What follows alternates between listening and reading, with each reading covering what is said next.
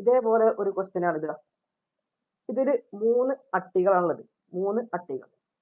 ഇത് ഒന്നാമത്തെ അട്ടി, ഇത് രണ്ടാമത്തെ അട്ടി, ഇത് മൂന്നാമത്തെ അട്ടി. ചിലപ്പോൾ 4 ആകാം, ചിലപ്പോൾ 5 ആകാം. ഓരോ ക്വസ്റ്റ്യനിലും പല രീതിയിൽ ചോദിക്കാറുണ്ട്. അപ്പോൾ ആദ്യത്തെ ഒന്നാമത്തെ അട്ടി, രണ്ടാമത്തെ അട്ടി, മൂന്നാമത്തെ അട്ടി. ഇനി എത്ര ചതുരക്കട്ടകൾ ഉണ്ട് എന്ന് ചോദിച്ചാൽ ഒന്നാമത്തെ അട്ടിയിൽ 1 എന്ന് എഴുതുക. ഇതാ 1 1 1. രണ്ടാമത്തെ അട്ടിയിലുള്ള കട്ടകളെ മുകളിൽ 2 എന്ന് എഴുതുക. 2 2 എന്ന്. മൂന്നാമത്തെ അട്ടിയിൽ 3 എന്ന് എഴുതുക. 3 എന്ന് എഴുതി. ഇനി ഇവ കൂട്ടി എഴുതാം. ഒന്നാമത്തെ വരിയിൽ എത്ര ഉണ്ട്?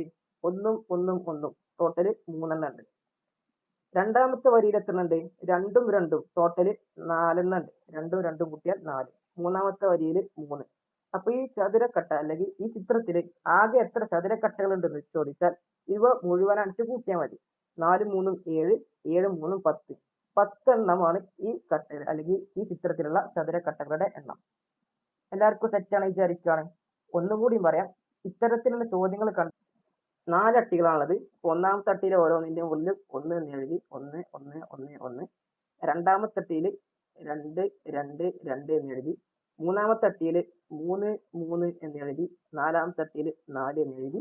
പിന്നെ അവ കൂട്ടി എഴുതാം. ഒന്നാമത്തെ അട്ടിയിൽ 1 1 1 ഒക്കെ പോട്ടെ, കൂട്ടിയാൽ 4. രണ്ടാമത്തെ അട്ടിയിൽ 3 2കളുണ്ട്. 3 2 6. മൂന്നാമത്തെ അട്ടിയിൽ 2 3 ഉള്ളത്. 2 3 6. നാലാമത്തെ അട്ടിയിൽ 4 എണ്ണം. ടോട്ടൽ എത്ര? 4 6 10, 16 4 20. കമന്റ് ചെയ്തതൊക്കെ കറക്റ്റ് ആണ്. ഇതായിരുന്നു ആ ചോദ്യം. 2023-ലും 2022-ലും ഈ ചോദ്യം ചോദിച്ചിട്ടുണ്ട്. ഈ ചോദ്യത്തിന്റെ പ്രത്യേകത നോക്കി. ഇതാണ് നമ്മൾ ഇപ്പൊ ചെയ്തത്. അതിൽ നമുക്ക് 20 കട്ട ഉണ്ട് എന്ന് കിട്ടി. അതിന് ചെറിയൊരു വ്യത്യാസമുണ്ട്. ഇതില് ഈ ഒരു കട്ട ഉണ്ടോ, അതേപോലെ ഈ ഒരു കട്ട ഉണ്ടോ, അതിലൊരു എക്സ്ട്രാ കുറച്ച് കൂടുതലായിട്ട് വന്നിട്ടുണ്ട്. അതായത് ഇവിടെ ഒരു കട്ട വെച്ചിരുന്നു, ഇവിടെ ഒരു കട്ട വെച്ചിരുന്നു. അപ്പൊ 2 അവിടെ കൂടിയിട്ടുണ്ട്. അപ്പൊ അതിന്റെ ഉത്തരം എത്രയായിരിക്കും? ടോട്ടൽ നമുക്ക് നേരത്തെ കിട്ടി 20 എന്നുള്ളത്.